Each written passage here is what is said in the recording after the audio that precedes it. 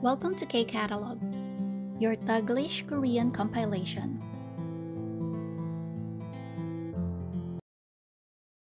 KIIP Level 1 Unit 12 na tayo ng workbook. Let's start with Ohui vocabulary. Instruction for number 1, 관계 있는 것을 연결하세요. 연결, to connect or to match.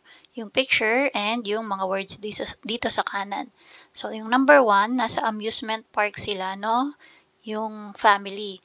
So, ano ba yung amusement park?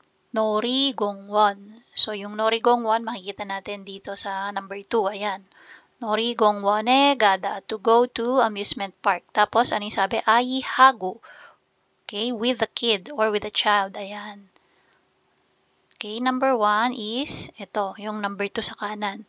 Then, yung picture number 2 natin, nagbabasketball sila. Ano ba yung basketball? In Korean, 농구. So, yung 농구, ito siya. 농구를 하다. Okay, to play basketball. 공원에서, at the park. So, tama naman yung setting sa park.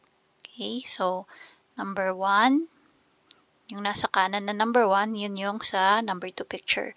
Number 3, so, tingnan natin yung oras, 1400. So, that means 2 o'clock, no? So, 2 o'clock, tapos natutulog. Ano ba yung number 3 and 4 natin? Number 3, 한국 요리를 배우다. So, 요리 is to cook. So, hindi yan yung sagot. Malamang number 4. 낮잠을 자다. 자다 to sleep. Ano yung 낮잠? Yung maiksing pagtulog, okay? To take a nap. Ayan. So, ito yon. Yung ating mga pag-idlip na ginagawa sa hapon. 낮잠을 자다. And then, yung number 4 is 한국 요리를 배우다. Ayan. Matuto ng pagluluto ng Korean food. So, that's for number 1 vocabulary. Number 2, instruction natin sa number 2. 보기에서 알맞은 것을 골라 대화를 완성하세요. Complete the conversation and choose the correct answer from the provided option or examples. Ayan, no? So, ano ba to? 여행을 가다, go on a trip. 가족하고 외식하다, to eat outside with the family. 컴퓨터 게임을 하다, to play computer games. 친구 집에 놀러 가다, to visit a friend's house. So, yung 놀러 가다, to visit. Okay? So, yun yung pinaka, niya dyan, gusto niyan sabihin. So, number 1, sabi ni Ga, 후왕 씨, 슬기 생일에 뭐 했어요? 후왕, anong ginawa niya ng birthday ni Silgi? Sagot ni Na, 이탈리아 식당에서, so, at the Italian restaurant. So, ano ba yung pinaka mag-fit dito sa mga example words natin?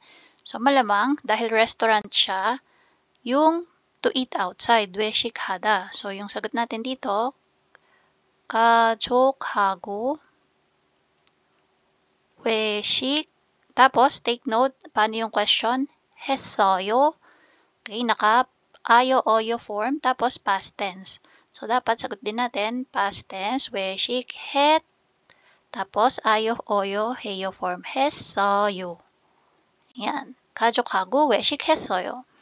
Kumain kami sa labas kasama yung family niya. Okay? Kumain kami sa Italian restaurant kasama ng family niya. Number 2, 라민 씨는 방학에 뭐 하고 싶어요? 라민, what do you want to do on vacation?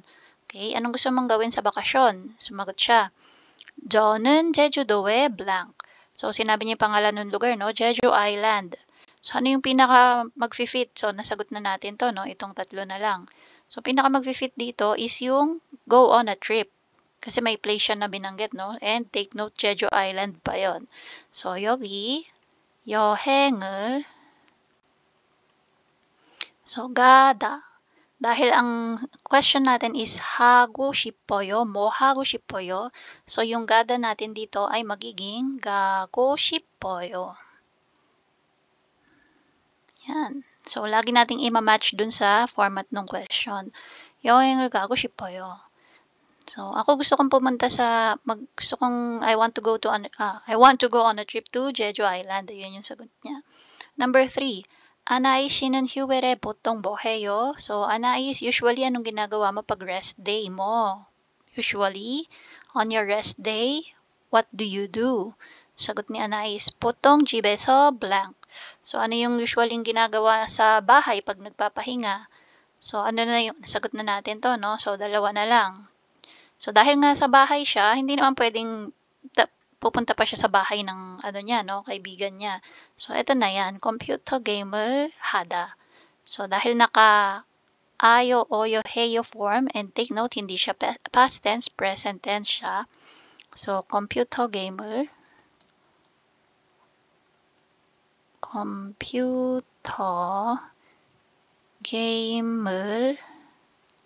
해요. Ayan. Tapos yung number 4, sabi niga, 잠실 씨 토요일 오후에 어디에 갔어요? Naka-past tense. Saan ka nagpunta ng Sabado ng hapon? 잠실. Sumagot siya, 고향. Tapos yung natitira is ito, 친구 집에 놀러 가다. So magiging 친구 집에 놀러 갔어요. Kasi nga, past tense. Yung question, sagot natin dapat past tense din.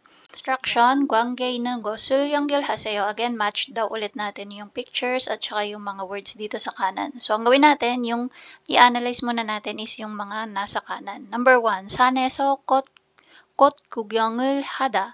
So, 꽃 is flower, 구경, sightseeing, 산에서, at the mountain. So, magtingin-tingin ka daw ng mga bulaklak sa bundok. Ayan. So, ayan, no, number 4. Kita natin, no, bundok, bulaklak. Tapos, yung ating character. Nagtitingin-tingin siya. Number 2. 바다에서 낚시를 하다. 바다, ocean or dagat. 낚시를 하다, to fish. So, asan yon? Ito. Number 3. 놀이공원에서 동물을 구경하다. Again, to sightseeing, no? magtingin-tingin ka ng mga animals, saan daw? Sa amusement park. 놀이공원에서 동물을 구경하다. So, ayan siya, number 2. Sa kaliwa. Ayan. And then, last one, 고향에서 부모님을 만나다. So, to meet, okay, the parents. 고향에서, at your hometown. So, malamang itong number 1 is number 4. So, yung kanyang hometown is sa France, Paris, France. Yan. Tapos, ito yung family niya. Yung mother and father. Yan, mother. Yung mother, father. Tapos, ito yung ating character. Okay, so that's for number 3 vocabulary. Punta tayo sa last one. Number 4, 보기에서 알맞은 것을 골라 문장을 완성하세요. So, again, complete natin yung conversation gamit yung mga options dito sa taas. 수영을 하다, to swim. camping을 하다, go on camping. 놀이기구를 타다, to ride rides. Ayan, kapag nagpunta ka sa amusement park, yung mga rides doon, sakyan mo. 고향 친구들을 만나다, to meet your friends. Okay, saan? Sa hometown, yung mga kababata mo dyan. Number 1, 잠실 씨 휴가 때 누구를 만났어요? So, sino daw ang minute ni Jamshid nung kanyang rest day? 휴가 때, 누구, who, 만났어요. So, naka-past tense na siya, no? Met. So, malamang, yung mag-fit dito sa 4 is yung 만나다 na word, no? Kasi yung question, 만났어요. So, meet. 고향 친구들을 만나다. Paano natin susulat yan? 고향 친구들을 dahil naka-past tense yung question natin, yung sagot natin, past tense din dapat. 만났어요. Okay? Number 2. Angela 씨, 어제 뭐 했어요? Angela, what did you do yesterday? 사got ni Angela, 유진이하고 놀이공원에서 blank. So, ano ulit yung 놀이공원? Amusement park. So, at the amusement park with Eugene. So, with Eugene daw sa amusement park. Ano yung madalas na ginagawa natin pag pupunta tayo sa amusement park? Malamang sumasakay tayo ng rides, 'di ba? So, ito. Nasagot na natin to. So, yung next natin is ito. 놀이기구를 타다.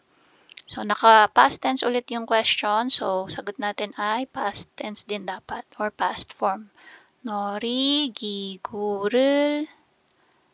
탔어요. Number 3. 라민 씨는 방학에 뭐 하고 싶어요? So, Ramin, anong gusto mong gawin sa vacation mo? Okay? 뭐 하고 싶어요? 저는 산에서, yan na yung natitira. So, yung pinaka mag-fit dyan is yung camping. Parang ang hirap naman mag-swimming sa bundok, 'di ba? Although pwede, posible, pero mas mag-fit is camping. Okay, 저는 산에서 캠핑을 and paano ulit yung question? 뭐 하고 싶어요? So, sagot natin, 캠핑을 하고 싶어요. Number 4. 희애우 씨는 운동을 해요? So, nag-workout daw ba si Hieu? Sagot niya, 네, 일주일에 한 번 blank. So, 수영을 하다. So, 수영을 해요. Kaya dapat dito din 해요. 수영을 해요. Sabi niya, oo, 한 번, once. Okay, so, every week, once a week. Ibig sabihin ng 일주일에 한 번. Once a week, 수영을 해요. I do swim. Yan. So, yun yung pinaka-workout niya or exercise niya. Pagsiswimming ng once a week. So, that's for vocabulary. And that's it. If you find this video helpful, please hit the like, share, and subscribe button. So I still hope to see you in the upcoming videos, and again, thanks for watching.